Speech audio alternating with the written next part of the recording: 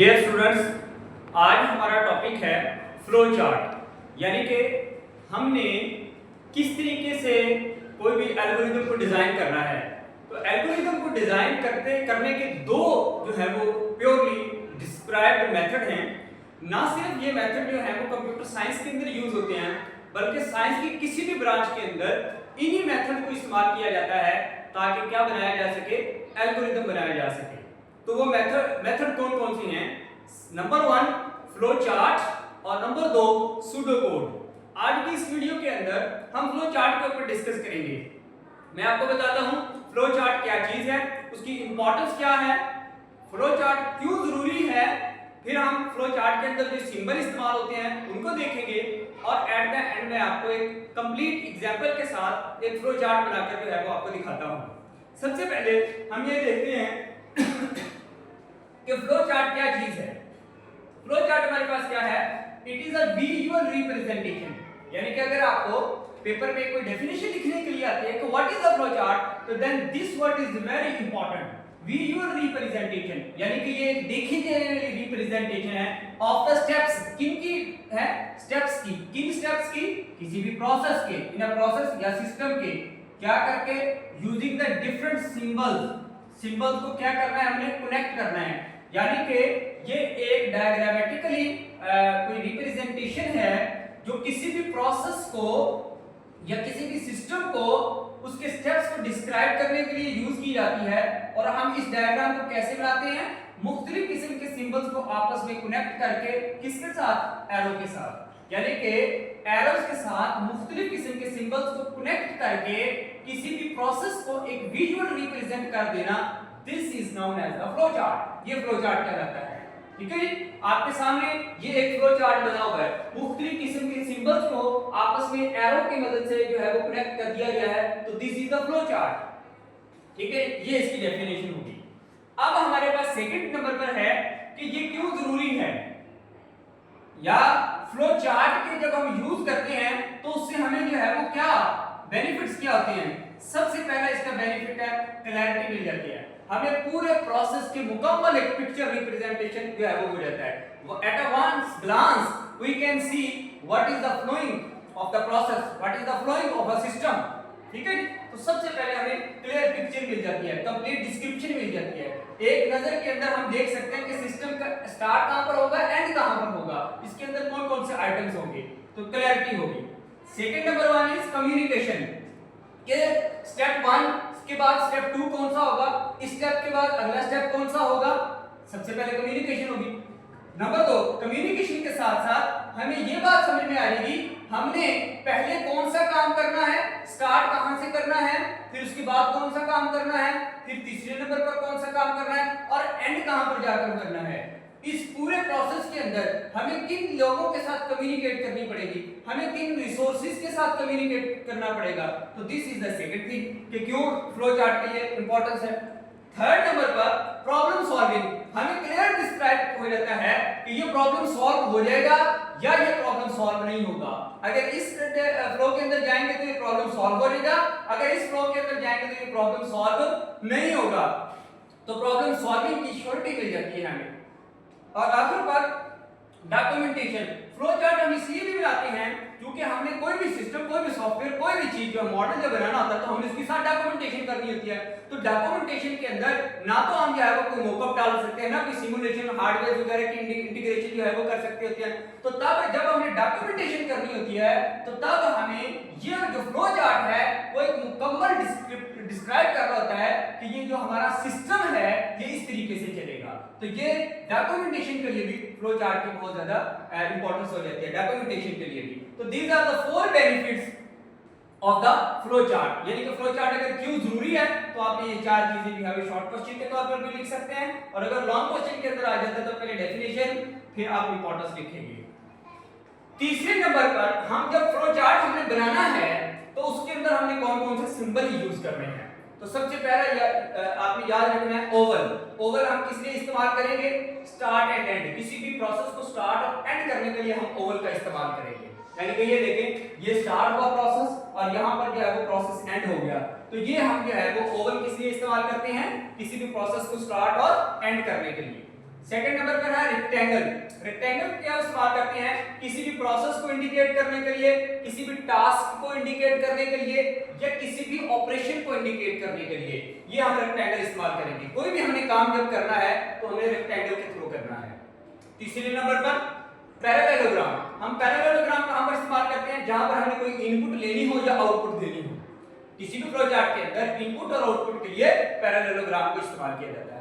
Fourth number पर diamond, that is the very important, सबसे important symbol diamond होता है, क्योंकि ये चेक लगाता है, ये क्या कहता है, डिसीजन करता है, डिसीजन पॉइंट होता है कि हमने अगर हमें ये इनपुट मिलेगी तो हमने इस तरफ जाना है, अगर ये इनपुट मिलेगी तो हमने इस तरफ जाना है। ये डायमंड डिसाइड करता है। Diamond symbol indicate the decision point. और लास्ट वन एरो है। एरो से हमें पता चलता है कि हमने जो प्रोसेस की फ्लो है वो किस डायरेक्शन के अंदर देनी है, तो हम एरो के जरिए से अप डाउन लेफ्ट राइट ये जो एरो होते हैं इनके जरिए से हम जो है वो ट्रैफिक कंट्रोल करते हैं। उसके बाद जो है हमारे पास एक एग्जांपल है। ये एक एग्जांपल इंडिकेट कर दिया है कि कोई भी शॉपकीपर है, उसके पास कोई कस्टमर आता है और कस्टमर सबसे पहले उसी आइटम की पूछेगा कि ये अवेलेबल है। अगर तो आइटम उसके पास मौजूद है तो वो उसको जो है वो पैकिंग कर देगा, शिपिंग कर देगा, उसकी पेमेंट के बाद जो है वो उसको डिलीवर कर दिया जाएगा। तो उसका हमने एक फ्लो चार्ट बनाना है, ठीक है, ये फ्लो चार्ट। तो ये हमने यहां से स्टार्ट किया, तो कस्टमर आया, हमने ये कह दिया कि उसका ऑर्डर जो है वो हमने गेट कर लिया, यानी कि ये हमने किसके अंदर दिखाया हुआ है, इनपुट के अंदर, यानी कि पैरेललोग्राम के अंदर इनपुट है, ये कस्टमर ने अपना ऑर्डर दिया। हम चेक करेंगे यहां पर डायमंड, अब ये चेक है, डायमंड के अंदर चेक कर रहे हैं क्या कि इस आइटम इज अवेलेबल। अगर तो आइटम अवेलेबल है तो हम यस, अगर है तो फिर हम शिपिंग की तरफ चले जाएंगे, और अगर हमारे पास नो है तो हम नोटिफाइड टू द कस्टमर के कस्टमर को बता देंगे। यानी कि ये भी जो है वो हमने पैरेललोग्राम बनाई हुई है कि यहां पर भी हम आउटपुट शो कर रहे हैं, यहां पर इनपुट शो कर रहे हैं, ये कस्टमर की इनपुट है और ये हमारी आउटपुट है जो हमने अवेलेबल कर लिया है। ये डायमंड इंडिकेट कर रहा है, चेक हो रहा है। तो अगर ये यस की तरफ है तो या पैकिंग कर लेगा या शिपिंग कर लेगा। ये जो प्रोसेस है ये हमने रेक्टेंगल के अंदर दिया, ये प्रोसेस है, प्रोसेस को हमेशा रेक्टेंगल के अंदर जो रिप्रेजेंट करते हैं। अब शिपिंग के बाद हमने एक और चीज देखनी है कि यहां पर पेमेंट, अगर तो पेमेंट यस है या पेमेंट नो है। अगर पेमेंट नो है तो हम जो है वो किस तरफ चले जाएंगे, हम एंड की तरफ चलेंगे, यानी कि उसने पेमेंट नहीं की तो हमने जो है वो प्रोसेस खत्म कर दिया या उसको जो है वो कोई ना कोई अलर्ट कर दिया।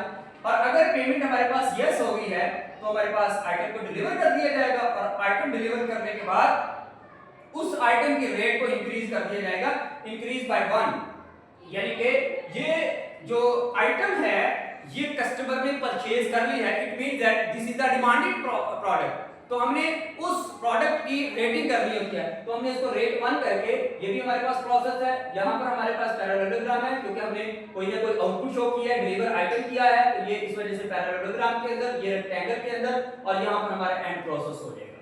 ठीक है जी, अगर नो हो गया तो तब भी हमारे पास प्रोसेस जो है वो एंड की तरफ चले जाएगा। या नोटिफाई, अगर हमारे पास आइटम अवेलेबल नहीं है तो फिर भी एंड की तरफ चला जाएगा। अब हमारे पास इसी आपकी बुक के अंदर उसने एग्जांपल को थोड़ा सा एनहांस करने के लिए कहा हुआ है। उसने कहा है कि ये जो है ना रेटिंग कस्टमर की स्टार्ट के अंदर ही एनहांस करवाएं। फॉर एग्जांपल कि अगर आपके पास आइटम अवेलेबल हो गई है तो रेट इंक्रीज कर दे। बाकी अगली बात है कि वो कस्टमर उसको परचेज करता है या नहीं करता, वो उसके बाद, यानी कि ये जो हम रेटिंग इंक्रीज कर रहे हैं ये आफ्टर द परचेजिंग कर रहे हैं। अब यहां पर उसने कहा कि एनहांस करें स्टार्ट के अंदर, तो स्टार्ट के अंदर ही यहां पर एक क्या कर देंगे, हम यहां पर एक और चेक लगा देंगे, यानी कि यहां पर हम एक चेक लगाएंगे, डायमंड लगाएंगे। एक हमने डायमंड इंडिकेट कर दिया कि अवेलेबल, यानी कि आइटम जो है वो अगर हमारे पास अवेलेबल है, दैट हम यहां पर ही कर लेते हैं, इफ आइटम इज अवेलेबल, इसको यहां पर हम एनहांस कर लेते हैं, आइटम इज अवेलेबल, अगर तो अवेलेबल है तो अब हमारे पास जो है वो यस की तरफ जाते हैं, यस अवेलेबल। तो अब हम यहां पर उसको जो है वो रेट इंक्रीज कर देंगे, रेट इंक्रीज, यानी कि रेट को इंक्रीज करके फिर हम जो है वो किसकी तरफ जाएंगे, पैकिंग की तरफ जाएंगे। यानी कि यहां पर रेट इंक्रीज करके, और अगर जो है वो हमारे पास आइटम अवेलेबल नहीं है तो हमारे पास रेट डिक्रीज कर देंगे, यानी कि उसने एग्जांपल के अंदर बोला हुआ है कि इसको डिक्रीज कर दें या इंक्रीज कर दें।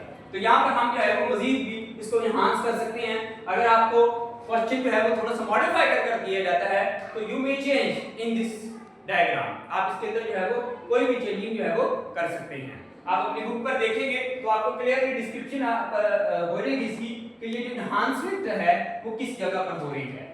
फिर उसने एक तीसरी एग्जांपल दी हुई है, यूजर लॉगिन सिस्टम बनाएं। वो भी आपके बुक के अंदर जो है वो इसने फ्लो चार्ट बनाया हुआ है कि यूजर का जो आईडी है और पासवर्ड है वो यूजर से टेक करना है, और अगर वो क्रेडेंशियल जो है वो आपके मैचिंग कर रही हैं in your database, then login को जो है वो ऑन कर दें। और अगर जो है वो 5 टाइम्स रॉन्ग एंट्री आ गई है तो उस यूजर को लॉक कर दें। तो इसका एक फ्लो चार्ट जो है वो आपकी बुक के अंदर बनाया गया है। आप इसकी प्रैक्टिस खुद करें और इसके बाद जो है वो अपनी बुक से देखें कि जो आपने बनाई है और जो बुक की बनी हुई है क्या ये मैच कर रही हैं या नहीं कर रहे, या आपकी एक्सरसाइज के अंदर एक क्वेश्चन है उसको आप कर देखें एक्सरसाइज के तौर पर, और आपको जो है ये फ्लो चार्ट है वो ड्रा करना जो है वो आ जाएगा। लाजमी तौर पर नहीं कि जो बुक में दिए हुए वही फ्लो चार्ट जो है वो आपको पेपर में आ जाए, नो, ये किसी भी तरह की आपको जो है वो कुछ क्वेश्चन पूछा जा सकता है। ये प्रैक्टिकल पॉइंट ऑफ व्यू से भी बहुत इंपॉर्टेंट है, और प्रैक्टिकल जो हमारे पास इंडस्ट्री पॉइंट ऑफ व्यू है उसके लिहाज से भी ये जो है वो बहुत इंपॉर्टेंट टॉपिक है। इसको अच्छे तरीके से अंडरस्टैंड करें। अगर आपको लॉन्ग क्वेश्चन करने के लिए आता है तो आप डेफिनेशन लिखेंगे, इंपॉर्टेंस लिखेंगे, उसके अंदर यूज्ड सिंबल लिखेंगे, और ये वाली एग्जांपल के साथ जो है वो उसको एक्सप्लेन करेंगे कि ये एग्जांपल जो है वो कॉमन फ्लो चार्ट को जो है वो इंडिकेट करती है। Thank you.